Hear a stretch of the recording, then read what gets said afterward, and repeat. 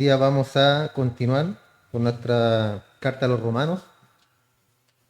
La semana pasada quedamos en el versículo 10, donde hablamos del amor no hace mal al prójimo, así que el cumplimiento de la ley es el amor. En eso quedamos la semana pasada. Y hablamos que decir que cuando amamos a los demás, respetando la dignidad y los derechos de cada uno y evitando causarles daño, evitando, ¿cierto?, dañar tanto de palabra como de hecho a otra persona. Recuerden que es amar al prójimo como a uno mismo. Ya esa es la regla que nos da acá el apóstol Pablo y la regla general también de la escritura, de la Biblia. Amar al prójimo como a uno mismo. ¿Por qué? Porque es la regla. Porque si nosotros no nos amamos, o sea, amamos a nuestro prójimo como me amo yo a mí, usted se ama, ¿cierto? Usted se ama, se sustenta, quiere estar limpio, quiere estar bien vestido, abrigado, quiere tener su carne, ¿cierto? Su cuerpo en una casa cómoda y así quiere darle también alimento a su cuerpo y todo lo necesario a su cuerpo para estar como bien, ¿cierto? Para sentirse bien. Entonces, en base a eso es amar al prójimo, hermano, que, o sea, todo lo bueno que quiero yo para mí, también quererlo para el otro, para que el otro también lo tenga. En Mateo 22:37 al 40, amarás al Señor tu Dios con todo tu corazón, con toda tu alma y con toda tu mente. Ya cuando acá nuestro Señor Jesús habla estas palabras de amar a Dios con corazón, alma y mente, quiere decir de una manera completa, de una manera sin reproches. Esa es la idea cuando dice que amemos a nuestro Dios con todo el corazón, entregando todo, ¿cierto?, a los pies de nuestro Padre, nuestro ser, quienes somos, por quién vivimos, que es por Cristo, porque por Él vivimos, porque Él vive, nosotros vivimos, ¿cierto? Eso así es, así de simple, porque Él vive, yo vivo. Este es el primero y grande mandamiento. Y el segundo semejante, amarás a tu prójimo como a ti mismo. Entonces, en primer lugar, a Dios, y después, ¿quién? Aquí recién lo dije. El segundo semejante, amarás a tu prójimo como a ti mismo. ¿Dónde queda el amarme a mí mismo? ¿Lo menciona acá el Señor? ¿Lo menciona Él? En segundo lugar, te amarás a ti mismo para que puedas amar a los demás como a ti mismo. No, ¿cierto? El segundo, amarás a tu prójimo como a ti mismo. Entonces, de estos mandamientos depende la ley y los profetas. En el fondo del amor, hermano. De eso depende todo. ¿Por qué? Porque Cristo se entregó por amor a nosotros. Recuerden que ese fue el acto de sacrificio, el acto de amor más grande que nosotros podamos, que la historia haya registrado, hermano. La entrega de nuestro Señor Jesucristo por amor. Después dicen el 11 y 12, y esto conociendo el tiempo que ya es hora de levantarnos del sueño, porque ahora está más cerca de nosotros nuestra salvación que cuando creímos. La noche está avanzada y se acerca el día. Desechemos pues las obras de las tinieblas y vistámonos de las armas de la luz. Entonces, después que nos dice esto Pablo, que el amor no se amara al prójimo y que el cumplimiento de la ley es el amor, dice, y esto cierto, conociendo ya que es hora de levantarnos. O sea, es hora de despertarnos como cristianos que somos. ¿Por qué? Porque muchas veces, hermano, todas las cosas del mundo, partiendo, ¿cierto?, desde que nos levantamos hasta que empezamos nuestro día con nuestros afanes, con nuestras cosas, ¿cierto?, lo que tenemos que hacer, nuestros planes del día, el colegio, que el aseo, que el almuerzo, que el esposo, los hijos. Eh, de ahí ya, ¿cierto?, empezamos de una forma secular a vivir la vida. Y muchas veces ni siquiera nos levantamos, ¿cierto? Y damos gracias a Dios por darnos la vida un día más. Señor, gracias, desperté. Sino que al tiro, ¿cierto? El cerebro, se nos activa el cerebro de Marta y de Marto, ¿cierto? Al tiro. Tengo que hacer esto, lo otro, aquí, allá, y dejamos, ¿cierto?, la comunión con Dios y el tiempo que deberá ser el primer tiempo del día para nuestro Dios.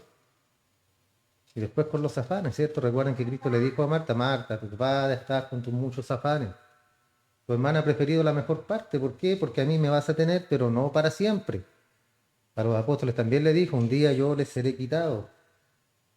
Ya el esposo no ya va a estar más con vosotros, le dijo a los apóstoles, cuando, cuando hablaban acerca del ayuno, acerca de todas esas cosas.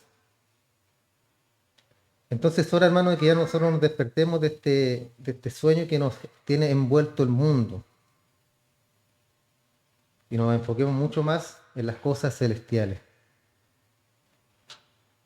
Es hora de que vivamos ya para los asuntos que conciernen únicamente a las cosas celestiales, hermano.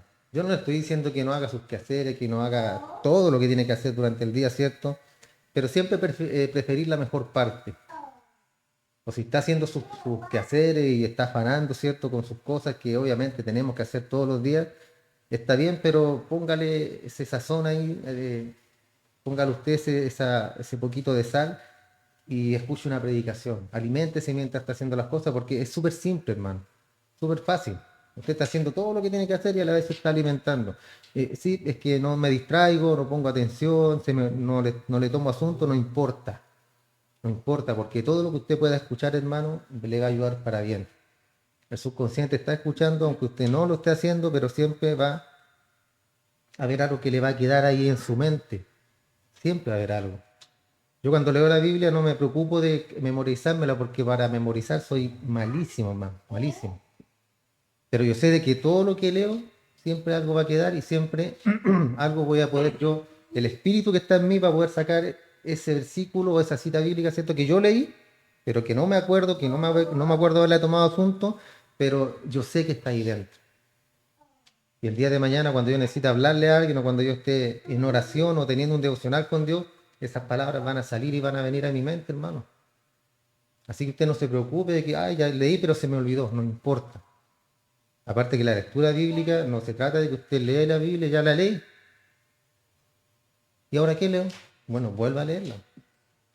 Vuelva a leerla porque hay partes donde uno, a veces, como le digo, no toma atención y después, al seguir leyendo y leyendo, le va tomando más asunto.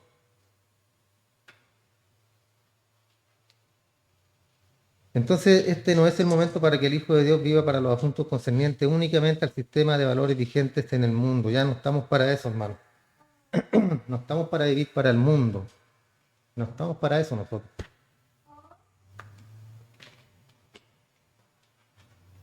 Recuerde lo que vimos en el primer versículo del capítulo 12. Así que, hermanos, ruego por la misericordia de Dios que presentéis vuestros cuerpos como sacrificio vivo, santo, o sea, apartado para Dios, agradable. ¿Para quién? Para Dios también. ¿Por qué? Porque es vuestro culto racional, o sea, vuestro verdadero culto. Racional, ¿cierto? Se habla de la mente, de lo que yo hago con mi mente, con mi pensamiento, de lo que hago yo con conocimiento. De eso está hablando acá. Entonces yo presento mi cuerpo, mi vida completa, en sacrificio vivo a Dios santo, agradable, que es mi culto racional, que es mi culto mental. Todo lo que somos, todo lo que tenemos, hermano, debemos ponerlo a la disposición del Señor, porque somos de Él. Nosotros somos de Él, somos de nuestro Dios. Entonces, si realmente estamos esperando el regreso de Cristo, esa esperanza purificará nuestras vidas. ¿Estamos esperando el regreso del Señor? O como lo decía el otro día, ¿recuerdan? Sí, estoy esperando al Señor, pero antes me gustaría cumplir mis sueños. Sí, yo espero a mi Cristo, amén, aleluya, gloria a Dios, se va al cielo, sí, pero antes necesito hacer esto y esto otro. Necesito cumplir una meta, necesito viajar, quiero tener nietos, quiero ser abuelo, tengo hartos planes, pero antes sí de estar con el Señor. Entonces eso no es verdadero, hermano. No es lo verdadero. Porque estar con el Señor, usted puede comparar, hermano, estar en la gloria de Dios con un viaje, con la dicha de ser abuelo, tío, lo que sea. Se puede comparar estar al lado de nuestro Señor con un viaje al extranjero. Yo quiero conocer tal país antes de morirme, antes de estar con Cristo. Yo prefiero estar con Cristo, hermano. Y es lo que nosotros deberíamos preferir. No le estoy diciendo que quiera morirse, pero estamos hablando de nuestras preferencias. O sea, ¿dónde está puesto mi corazón? ¿Dónde yo tengo puesta mi vida? Si en las cosas de este mundo, las cosas materiales, en mi realización personal o en estar con el Señor. Y todo aquel que tiene esta esperanza en Él se purifica a sí mismo de la misma manera que Jesucristo es puro. Eso lo dijo Juan. Primera carta, capítulo 3, verso 3.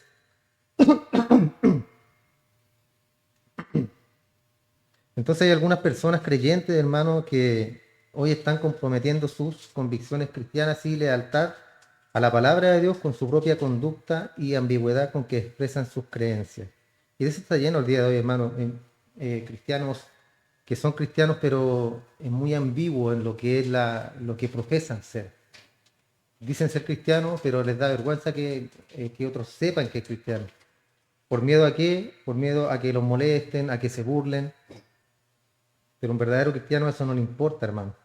Porque la burla no es nada, hermano. No es comparado, ¿cierto?, con ser un hijo de Dios, con ser un creyente, con ser una persona que tiene lo que el mundo no tiene, que es una salvación.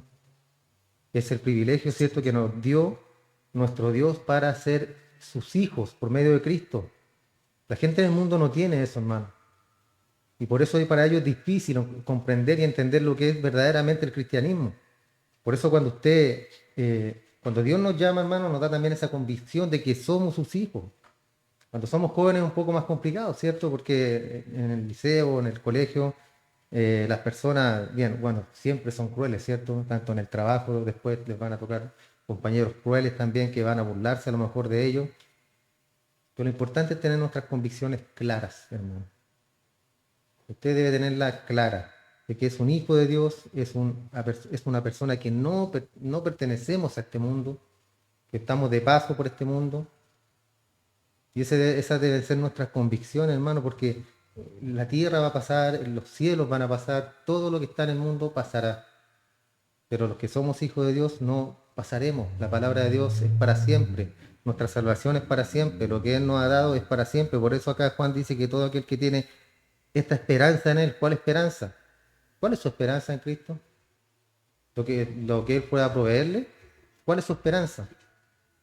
La reunión, ¿cierto? Que un día nos reuniremos con nuestro Señor, que un día estaremos con Él. Entonces, en esa esperanza que tenemos nosotros, o sea, esa es la esperanza que tenemos nosotros para con Cristo, el día de la reunión. Por eso queremos purificarnos a sí mismos de la misma manera que Jesucristo es puro. Ya, aquí mismo en la primera carta de Juan, capítulo 3 habla acerca de lo mismo. Dice que el que comete pecado es hijo del diablo. Yo anoche lo leía, lo meditaba y decía, pero todos cometemos pecado.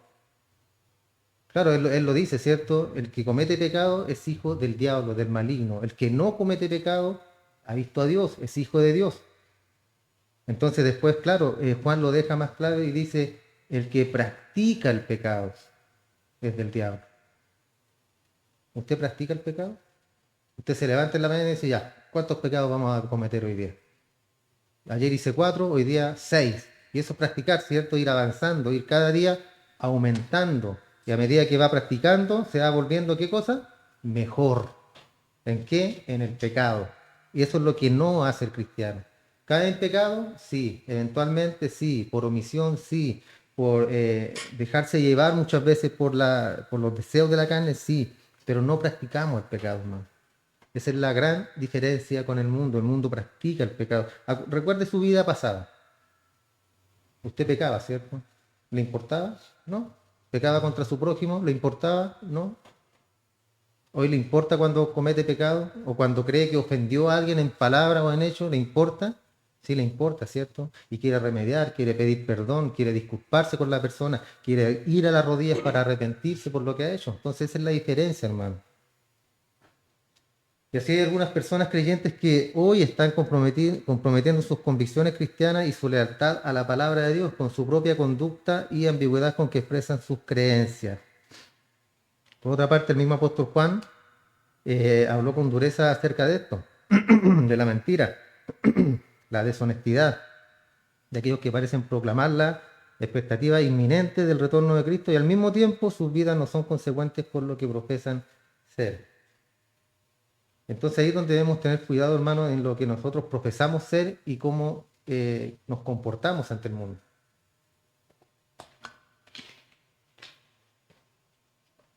Puedo predicar a un Dios de amor, puedo predicar a un Dios de perdón, a un Dios de misericordia. Puedo predicarlo, ¿cierto? Conozco la Biblia, conozco la Escritura, me he leído algunos libros a lo mejor. Entonces puedo hablar acerca del perdón, puedo hablar acerca del amor de Dios, de la misericordia. Pero ¿puedo aplicar eso en mi vida? ¿Soy una persona que perdona? ¿Soy una persona que puede entregar amor al prójimo? Y en todo sentido, hermano. En Juan también, cierto que lo leí anoche, habla acerca de eso, del que el que ama a su hermano y ayuda, no lo ame solamente de palabras, sino de hechos concretos, cosas que se puedan ver. Santiago también habla acerca de eso. Te ayudas a tu hermano, ¿cierto? Y le dice, ve con Dios, ve en paz, voy a orar por ti, hermano. Pero pudiendo ayudar no lo haces, comete pecado. Entonces nosotros debemos ser consecuentes con eso, hermano. Si predico un Dios de amor, yo debo ser una persona de amor, independiente como sea la otra persona. Independiente el carácter, porque no somos todos iguales, hermanos, somos todos completamente distintos, somos personas únicas e irrepetibles. No somos y no podemos ser todos iguales. Entonces, si predico acerca del perdón y tengo la capacidad de hablar acerca del perdón y tengo la cara, ¿cierto?, para hablar del perdón, pero no perdono, estoy siendo un hipócrita. Estoy siendo una persona que no está obedeciendo lo que dice la palabra de Dios. Después dice, andemos como de día honestamente, no en glotonerías, borracheras, en lujuria, en libertinaje, no en contiendas y envidia.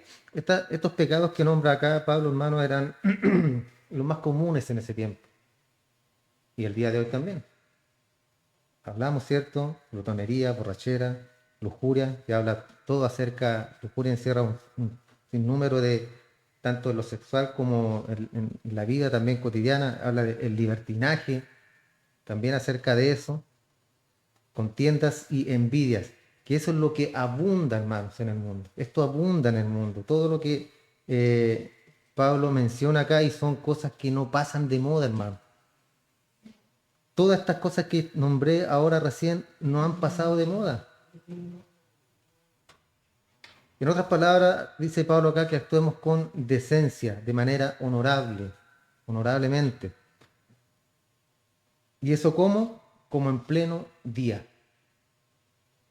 Todo lo que hagamos debemos hacerlo como si todos nos estuvieran mirando. Y en el fondo es así, hermano, cuando la gente sabe que usted es cristiano, los ojos están puestos sobre usted, en cómo actúa, en cómo usted se conduce en el mundo, cómo habla, qué es lo que hace. Entonces todas estas cosas que mencionamos acá, hermano, y muchas de estas prácticas descritas se practican buscando el refugio de las sombras de la noche, siempre. Yo siempre tenía esa duda, y una vez creo que se la comenté a mi esposa, ¿por qué las fiestas, los carretes, todo se hacen en la noche y hasta las tantas de la madrugada? ¿Por qué no se empieza temprano y se termina a una hora decente? ¿Por qué eso, por hermano? ¿Por qué eso? Porque todas estas cosas se hacen en forma encubierta y se hacen, y les gusta hacerlo, ¿cierto?, de noche, donde nadie los ve, en la oscuridad, donde creen, ¿cierto?, que nadie los ve.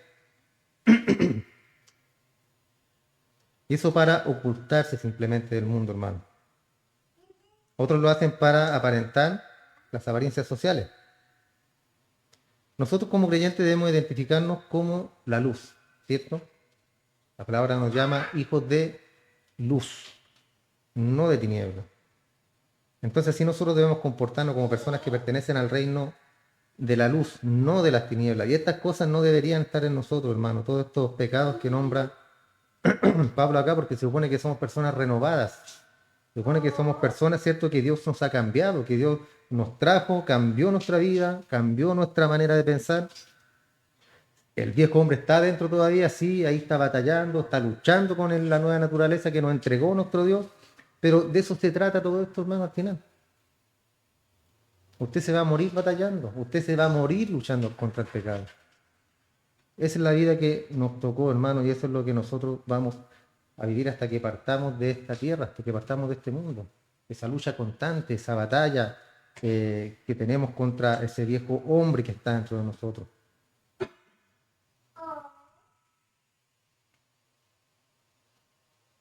Después dice, al contrario, ¿cierto?, de lo que leímos, de andar, de no andar en estos pecados, glotonería, borrachera, lujuria, libertinaje, contiendas y envidias, que lo mencionamos, ¿cierto?, en el capítulo, en el 13 que leímos. También hablamos, se habló acerca de eso y por qué. Lujuria, lascivias, contienda, envidia. Porque como le digo, hermano, es lo que más abunda entre la sociedad. Al contrario, dice Pablo, el verso 14, vestidos del Señor Jesucristo y no satisfagáis los malos deseos de la naturaleza humana o no satisfagan los deseos de la carne. Eso está hablando acá Pablo. Vístanse del Señor Jesucristo. No está diciendo que se compre una túnica, ¿cierto? Y se ponga una túnica, como lo muestran en las películas, el Señor, y su pelo largo. No, hermano. Sino que vestidos de las obras del Señor Jesucristo. ¿De quién fue nuestro Señor? Un Dios amoroso, un Dios compasivo, un Dios que también se enojó en contra del pecado. Y no satisfagas, dice, los malos deseos de la carne, los deseos de la carne. Entonces, cuando creyentes en estos días están tratando de satisfacer todas las demandas de la naturaleza humana, partiendo de la base que la naturaleza humana está controlada por el pecado, pero sin embargo no están preparándose para su encuentro con el Señor. ¿Qué es lo más importante? Nuestro encuentro con el Señor, nuestra reunión. Recuerden que comenzamos leyendo que la noche está, o sea, la reunión con nuestro Señor Jesús está cada día más cerca, ¿cierto?, nuestra redención. La noche está avanzada, dice también, hablando de la maldad en el mundo, que la maldad, hermano, está descontrolada, el libertinaje, todo lo que es pecado sexual, ya está en unos niveles que jamás en la vida lo habíamos visto. Jamás en la vida se habían visto en el mundo, hermano. Entonces, todo lo que nosotros podemos ver ahora, todo lo que es la perversión humana, hermano, que es terrible, terrible, terrible lo que podemos ver hoy en día. Y a tal grado, hermano, de que ya ni los niños se salvan, ¿cierto?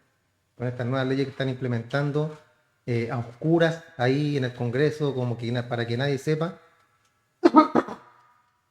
Todos los niños ya quedan hormonizados, estas bestias, porque eso es lo que son estos hombres, unas bestias hombres sin sentido común. Dicen, ¿cierto?, que un pequeño de 2 años, imagínense, Nehemías, él puede decidir, ¿cierto?, si quiere ser hombre o mujer. Castración química en niños de 2 años. Entonces imagínense, hermano, al punto que hemos llegado en la maldad del ser humano. Por eso la noche está avanzada, dice acá, y nuestra redención está cada vez más cerca. O sea, nuestra reunión con Cristo está cada vez más cerca, hermano. Por eso nos dice el contrario, vestidos del Señor Jesucristo, vístanse de Cristo, hermano, y no satisfagan los deseos de la carne. Siempre recuerden que hemos estado hablando acerca de esto, de que tenemos que evitar la batalla con el pecado, porque vamos a perder. Es fijo. Si yo intento pelear con el pecado, voy a perder esa batalla. No es una batalla ganada, hermano.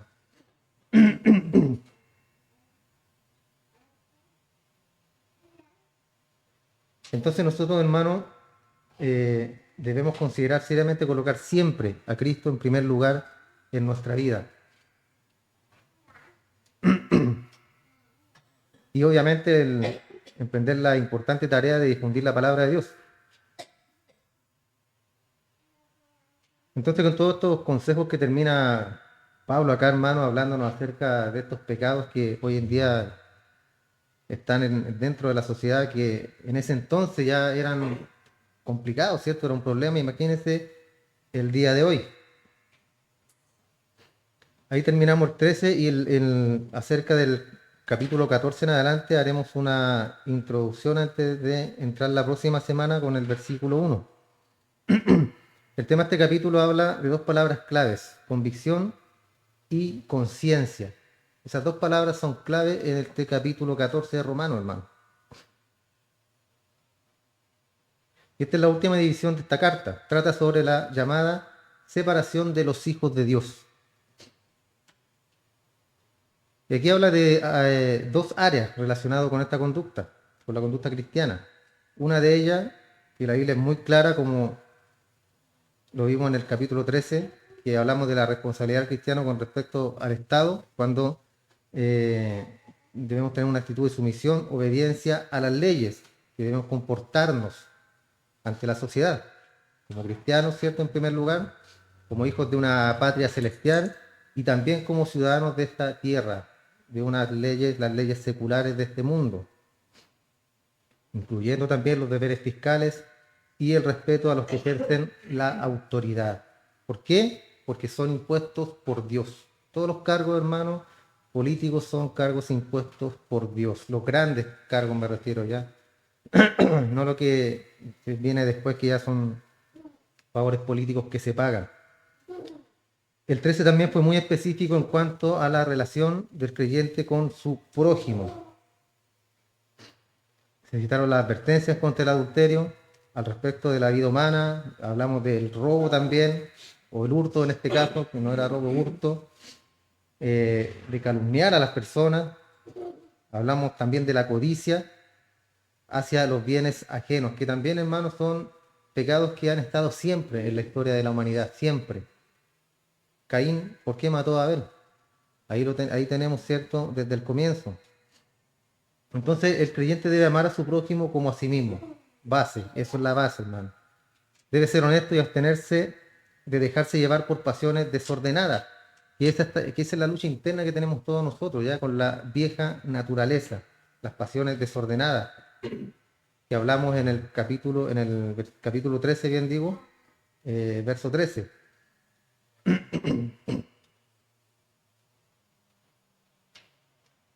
El otro punto es que la Biblia es tan evidente cuando habla acerca de estos puntos, hermanos, que nadie podría flexibilizar estos criterios, o sea, no podemos obviarlos, ¿cierto? La palabra es clara y dice: no hurtarás, no codiciarás lo que tiene tu hermano, la mujer de tu prójimo, no adulterarás también. Entonces, claro, cuando habla acerca de esto, podemos cuestionar los puntos estos que nos entrega la misma Biblia, hermano. ¿Podemos cuestionarlos? No, ¿cierto? De ninguna manera. Sin embargo, hay otras áreas en la conducta cristiana en la que la Biblia no establece criterios rotundos o específicos, y son puntos ambiguos, hermano. Es como cuando se habla en el antiguo pacto de comer cerdo. Ya muchos cristianos hoy en día aplican esas mismas normas con respecto a la comida y no lo hacen. ¿Hay algún problema en eso? Ninguno. Si ellos quieren no comer, bien por ellos. ¿Voy a juzgarlos yo por eso? Tampoco. Esa es la libertad del cristiano, hermano. Esa es la libertad que tenemos como cristianos. Siempre y cuando sean cosas de segundo orden. Entonces, como cristianos no queremos exponernos a prácticas que sean dudosas tampoco. Y Pablo hizo lo mismo. Así que aquí el apóstol señaló las normas de conducta del creyente en cuanto a esos asuntos dudosos. Que de eso hoy en día las iglesias están llenas, hermano, de lo que es iglesias legalistas, que no hagas, que no tomes, que no toques, que te enseñan cómo debe ir vestido, ¿cierto?, a la iglesia, cómo debe vestirse la mujer, qué es lo que puedes comer, qué es lo que no puedes comer, qué puedes beber, qué no puedes beber. Y así, hermanos, llenan lo mismo que los fariseos, ¿cierto? Cuando el Señor Jesús les decía: ustedes enseñan a las personas creencias, ¿cierto?, de nuestros padres, y ponen cargas pesadas sobre ellos, pero ustedes no lo hacen. Claro, son buenos para decir: hagan esto, hagan lo otro, pero ustedes no lo hacen. Y hoy en día es exactamente lo mismo, hermano. Hay iglesias que están llenas de estos hombres fariseos que ponen carga a las personas, a los cristianos, pero ellos no lo hacen ni con la punta de sus dedos. Recuerden que el pastor está llamado para guiar a una iglesia, para cuidar a la iglesia, a las ovejas. ¿Las ovejas de quién son? ¿Son del pastor? No. ¿La iglesia esta es del pastor? No. Todos de Cristo, hermano. Este lugar, la iglesia, todos nosotros somos del Señor Jesús. Le pertenecemos a Él. Formamos un cuerpo en la iglesia, sí. Todos tenemos nuestras responsabilidades y debemos cumplirlas como tal. Entonces, cuando Cristo le hablaba, ¿cierto?, a estos fariseos, porque los conocía. ¿Cómo les llaman? ¿Recuerdan? Sepulcros blanqueados, les dijo. Por dentro están lindos, o sea, afuera están lindos, impecables, pero por dentro están llenos de inmundicia, de huesos de muertos, les dijo. O sea, es fuerte, hermano, fuerte para ese tiempo, palabras fuertes de nuestro Señor Jesús. No ha de extrañarse de que quisieran matarlo, ¿cierto? Que quisieran hacerle daño. Entonces nosotros como cristianos, hermano, no queremos ponernos prácticas que sean dudosas. Por eso Pablo acá habla y señala normas de conducta del creyente en cuanto a asuntos dudosos, estableciendo 3 principios que son de valor acá. Y son los siguientes: convicción en primer lugar, conciencia y consideración. O sea, convicción. La convicción es lo que usted está convencido, ¿cierto?, de lo que hace y lo que va a hacer.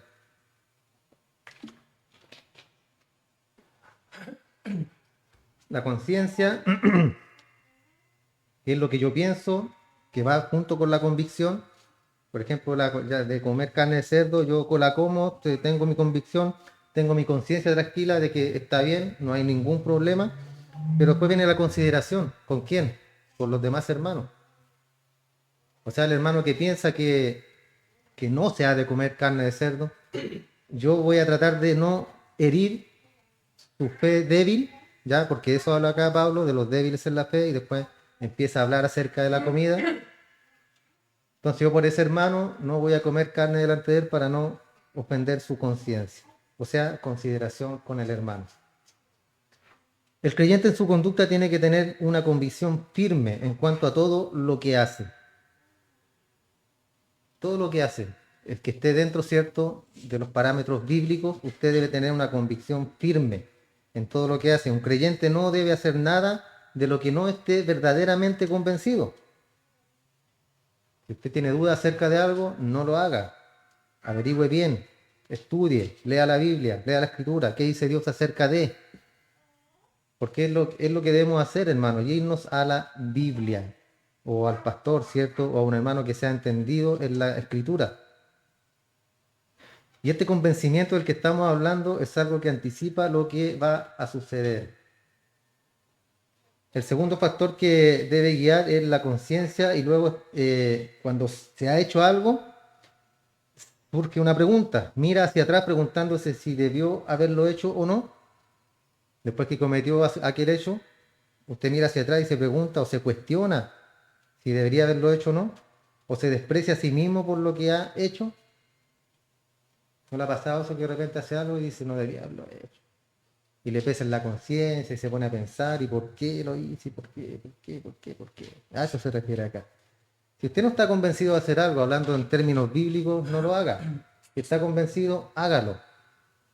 Porque tiene plena conciencia y tiene pleno conocimiento de que lo que está haciendo está correcto y va de acuerdo a la Escritura. Esta es la segunda. La tercera, la consideración por los demás. Un creyente en su comportamiento tiene que tener consideración por las otras personas. Entonces pregunta, ¿hay otras personas adversamente afectadas por lo que usted hace o por lo que va a hacer?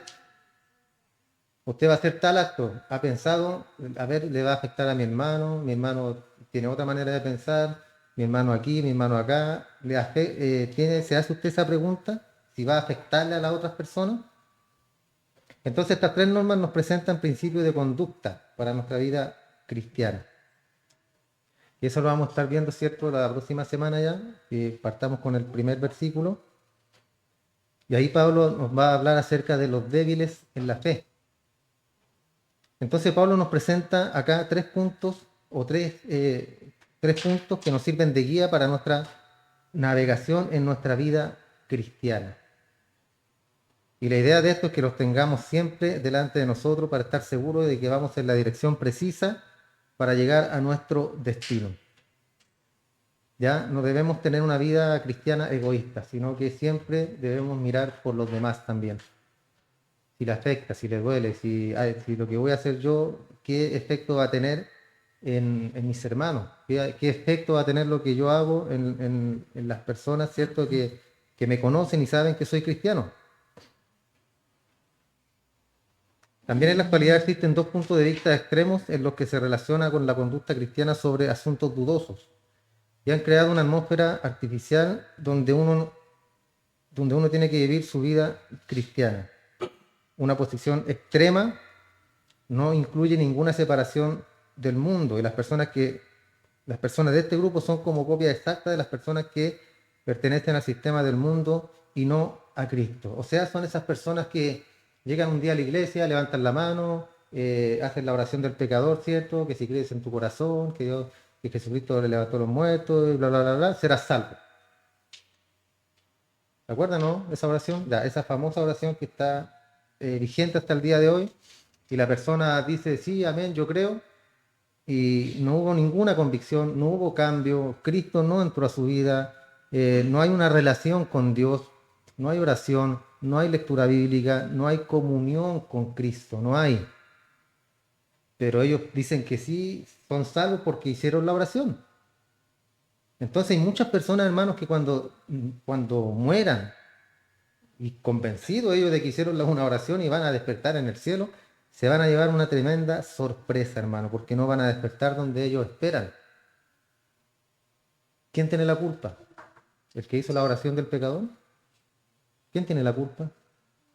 La persona que está guiando a esa persona por una mala doctrina, hermano. Él es el culpable. Porque lo está enseñando a que él hace una oración y va a ser salvo, lo cual es falso, completamente falso. Entonces, por eso nosotros, hermano, cuando predicamos la palabra debemos tener cuidado.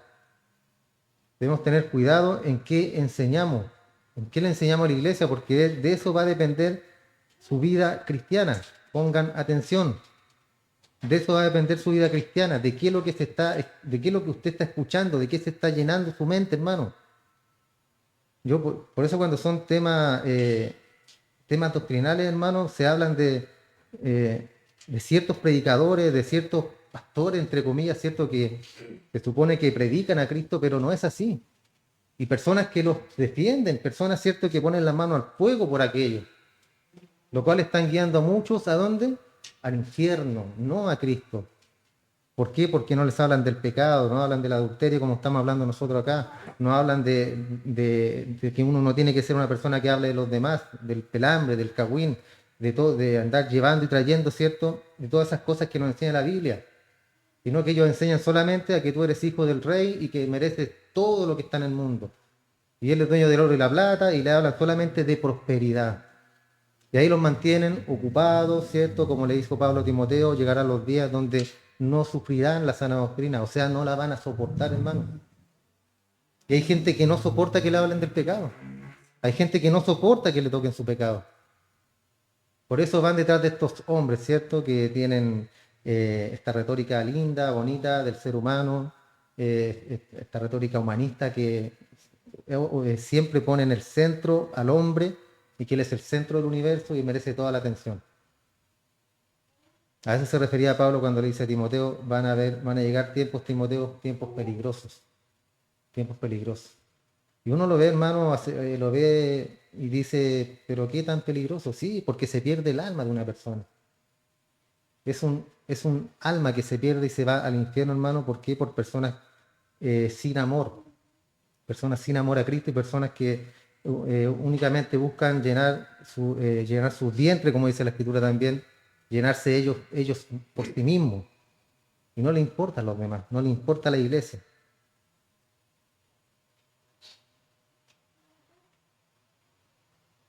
Entonces debemos tener cuidado con esta conducta, hermanos,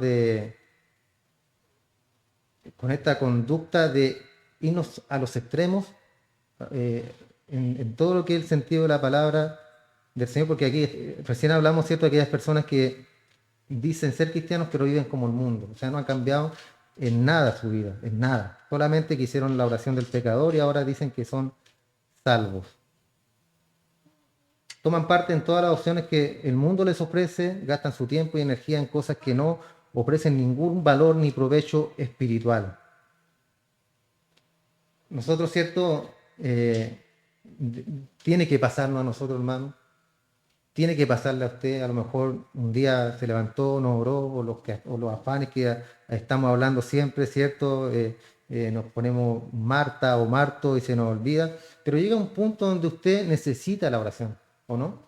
Llega un punto donde usted, el Espíritu lo amonesta y le dice, no, hoy día no oraste, no has orado, no has leído, ¿qué pasa? ¿Por qué? Yo necesito. Y el Espíritu comienza a decirte, necesito palabra, necesito oración, necesito comunión con Dios, necesito que estemos en comunión con el Padre.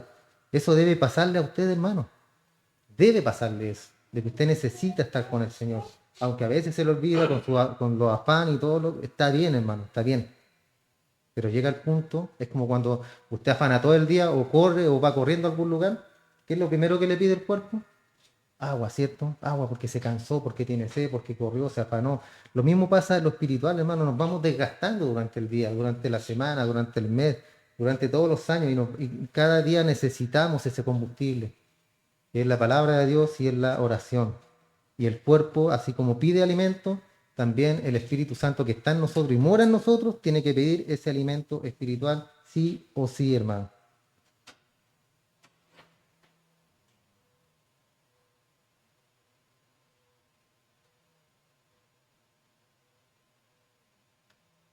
El apóstol Pablo en la epístola a los Filipenses, capítulo 3, versos 17 y 19, dijo, hermanos, sed imitadores de mí y mirad a los que así se conducen según el ejemplo que tenéis en nosotros, porque por ahí andan muchos, de los cuales os dije muchas veces y aún ahora les digo llorando, que son enemigos de la cruz de Cristo.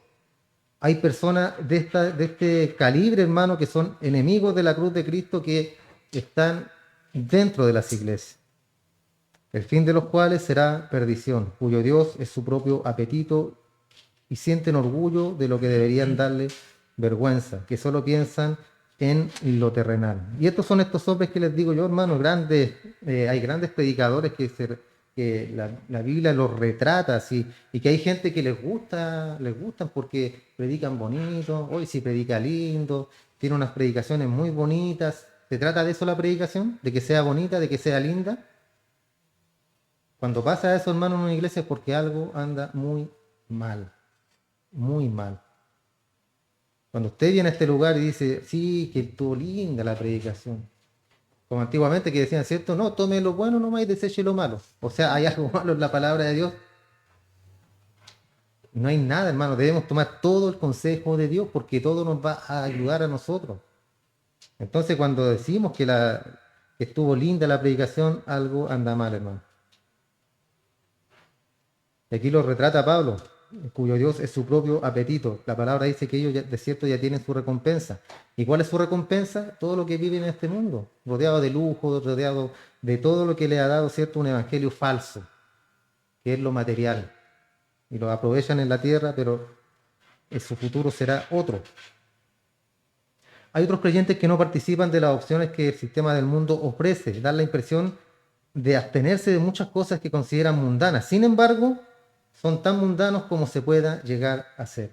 Esos son los de la secreta, ¿cierto? Que eh, se escandalizan de todo, ¿cierto? De todos, dicen que son cristianos, se escandalizan de todo lo que los demás cristianos hacen, pero en lo secreto que hacen, hacen lo mismo y peor aún. Esos son otro tipo de personas, hermano. Dan la impresión de abstenerse de muchas cosas, o sea, de vivir una vida piadosa.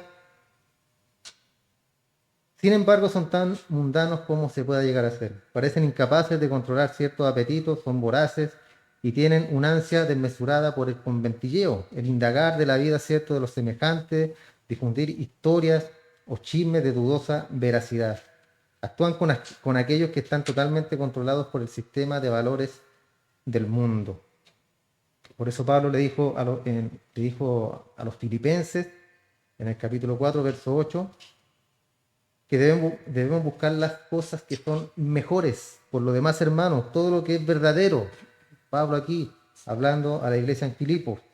Todo lo honesto, todo lo justo, todo lo puro, todo lo amable, todo lo que es de buen nombre, si hay alguna virtud en eso, si es digno de alabanza, en eso pensar.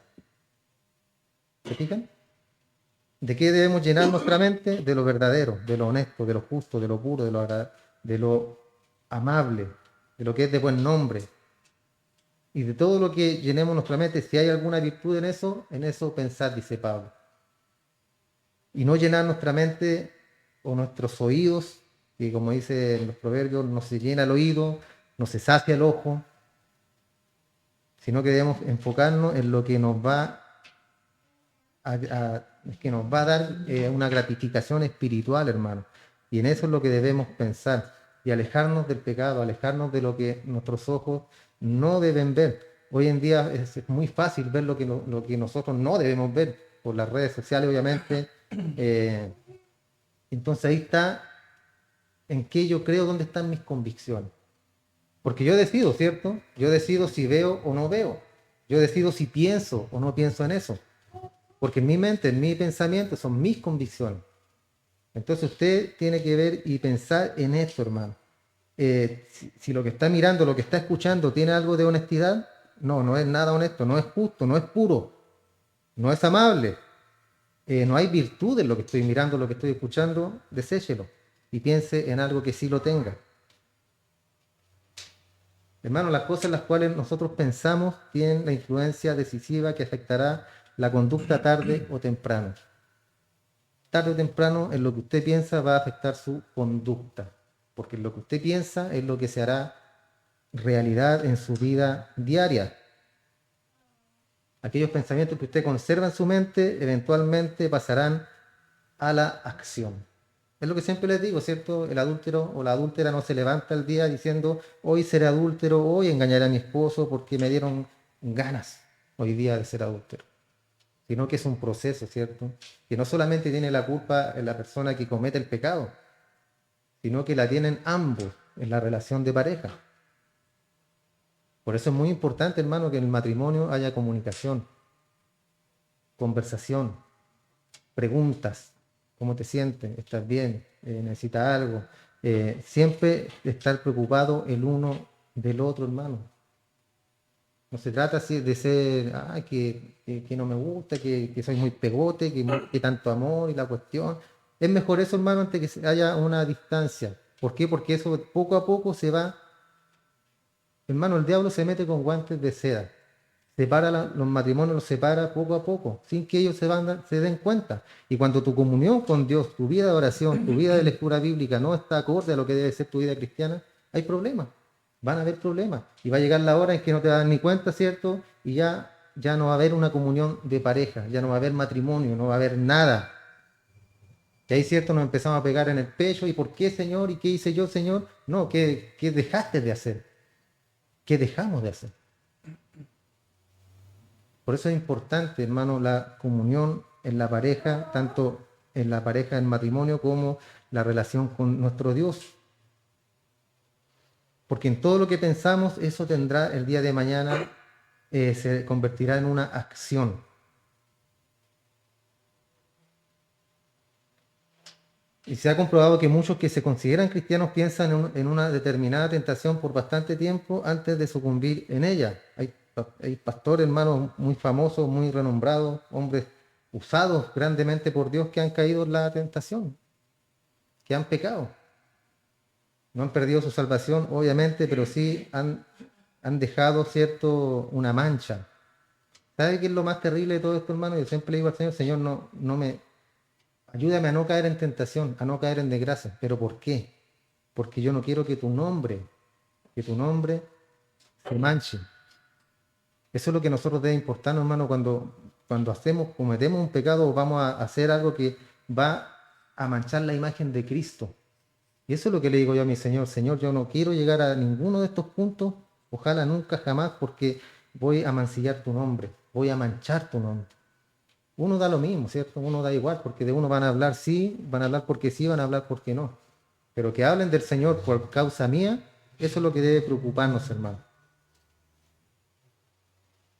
Nadie ha cometido algún crimen sin haber pensado en él de antemano. Nadie. Siempre está el pensamiento y después viene la acción.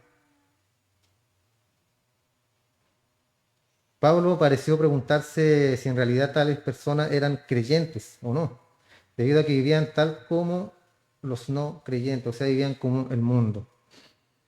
Ahora un segundo grupo que ha llegado a ocupar una posición extrema, pero en la otra dirección han reducido la vida cristiana a una serie de proposiciones negativas. Pablo ya lo ha hablado, habló de esta clase de gente que estaban en una actitud de no toques, no comas, lo que mencionábamos en delante. Es más un legalismo. Y lo detalló en el verso 21 del capítulo 2 de su carta a los Colosenses.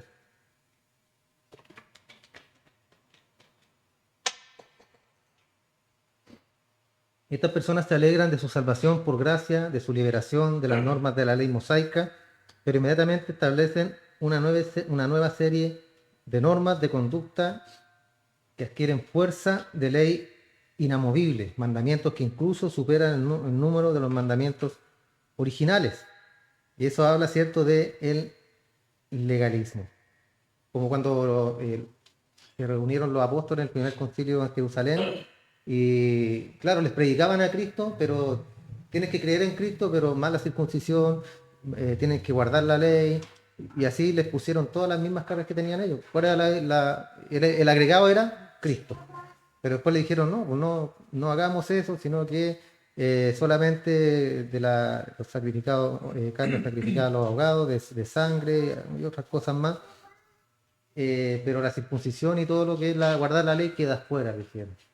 Porque ¿para qué les vamos a estar poniendo el peso a ellos? Dijeron que ni nuestros padres ni nosotros hemos podido llevar. Entonces, el día de hoy hay iglesias que son así, hermanos.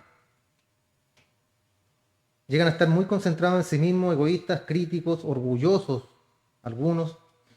Y por cierto, aquellos son aquellos que el apóstol Pablo llamó débiles en la fe. Y eso es lo que vamos a estar viendo después. Y esta clase de actitud por parte de algunos produce una vida cristiana raquítica, sin alegría, que conduce muchas veces a estados depresivos. ¿Por qué? Porque todo es pecado. Todo es pecado, usted pierde la salvación, creen en un Dios que prácticamente Dios anda esperando que ustedes pequen para castigarlo. Esa es la vida que viven ellos, perseguidos, vidas tristes, lúgubres, hermano. Cuando Cristo nos llamó a libertad, no a libertinaje, pero a libertad, a vivir la vida en Cristo de una manera libre, de una manera plena. ¿Por qué, hermano? Porque todo lo que ha sido creado en esta tierra y en el mundo ha sido creado por un Dios que es santo. Entonces, si todo lo creado fue creado por un Dios santo, es bueno, es bueno. Llega el hombre y ya se echa todo a perder. Esa es la diferencia, hermano. Todo lo que Dios creó es bueno, pero yo de repente digo que es malo algo que Dios ha creado y que es bueno para mí. Entonces ahí debemos tener cuidado y ahí es donde entran el legalismo también. Entonces el cristiano, con esto terminamos, hermano, el cristiano debe adoptar una posición firme evitando los extremos mencionados para poder dar lugar a la fortaleza en el espíritu la fortaleza que el Espíritu de Dios produce en la vida del creyente y al discernimiento para actuar sin complejos. Por eso es importante que usted, hermano, repetitivo ya, pero lea la Biblia, estudie la Biblia, métase en la escritura ahí. Va a encontrar cosas a veces que le van a decir, ¿y esto está en la Biblia? Está en la Biblia. Por eso es importante que nosotros tengamos el conocimiento, que adquiramos conocimiento, que adquiramos ciencia, hermano, sabiduría. Y si usted no tiene sabiduría, Dios la entrega en abundancia. Él dice, pídela y yo la daré en abundancia, la sabiduría. Entonces esto nos va a llevar al creyente a tener discernimiento para actuar sin complejos, pero como decíamos al principio, con convicción y con una conciencia limpia y también con consideración a los demás. ¿Ya? Así que eso hasta hoy, hermano. Y la próxima semana ya entraremos de fondo al capítulo 14. Hablaremos más al respecto.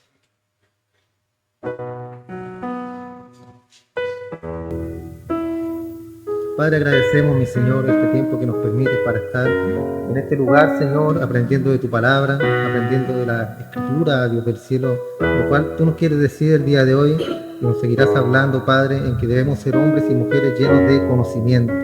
Debemos conocer tu palabra. ¿Para qué? Para saber cómo tú actúas, Señor, para ver cómo tú trabajas en nuestras vidas. Así como tú trabajaste en la vida de estos grandes profetas, de los salmistas, Señor, así como actuaste en la vida de nuestros hermanos, los apóstoles. Cuán grandes cosas hiciste con ellos, cuán grandes maravillas hiciste con sus vidas, Señor. Y así también la enseñanza que nos entregaron de su vida y de su muerte sacrificial por ti, Señor. Eso es lo que nosotros debemos cada día aprender y poner en tabla, Señor, en nuestras vidas y en nuestros corazones todas esas enseñanzas que nos hacen bien a nuestra vida, para dirigirnos en nuestra vida familiar, en nuestro trabajo, en nuestra vida secular, Señor. Te damos muchas gracias por este tiempo y te rogamos, Señor, que nos ayudes cada día para seguir, para continuar, danos fuerza, aumenta nuestra fe, aumenta, Señor, nuestra vitalidad también, bendice nuestras carnes, nuestros huesos, nuestra salud, bendice nuestros trabajos, Señor, cada día para que podamos depender únicamente y exclusivamente de ti, Señor. No de las circunstancias, no del tiempo, no de la economía, sino de ti, Padre, porque tú eres el dueño de todas las cosas y conforme a tu voluntad entregas y das a tus hijos. Y aún las aves del cielo no tienen preocupación alguna por el sustento diario, porque tú las sustentas, Padre. ¿Cuánto más nosotros que somos tus hijos, Señor? ¿Cuánto más que somos tus hijos debemos confiar plenamente en la provisión que será en la plenitud de tu voluntad, Señor? Muchas gracias te damos, bendice todo lo que hemos hecho, en el nombre de Jesús, amén y amén.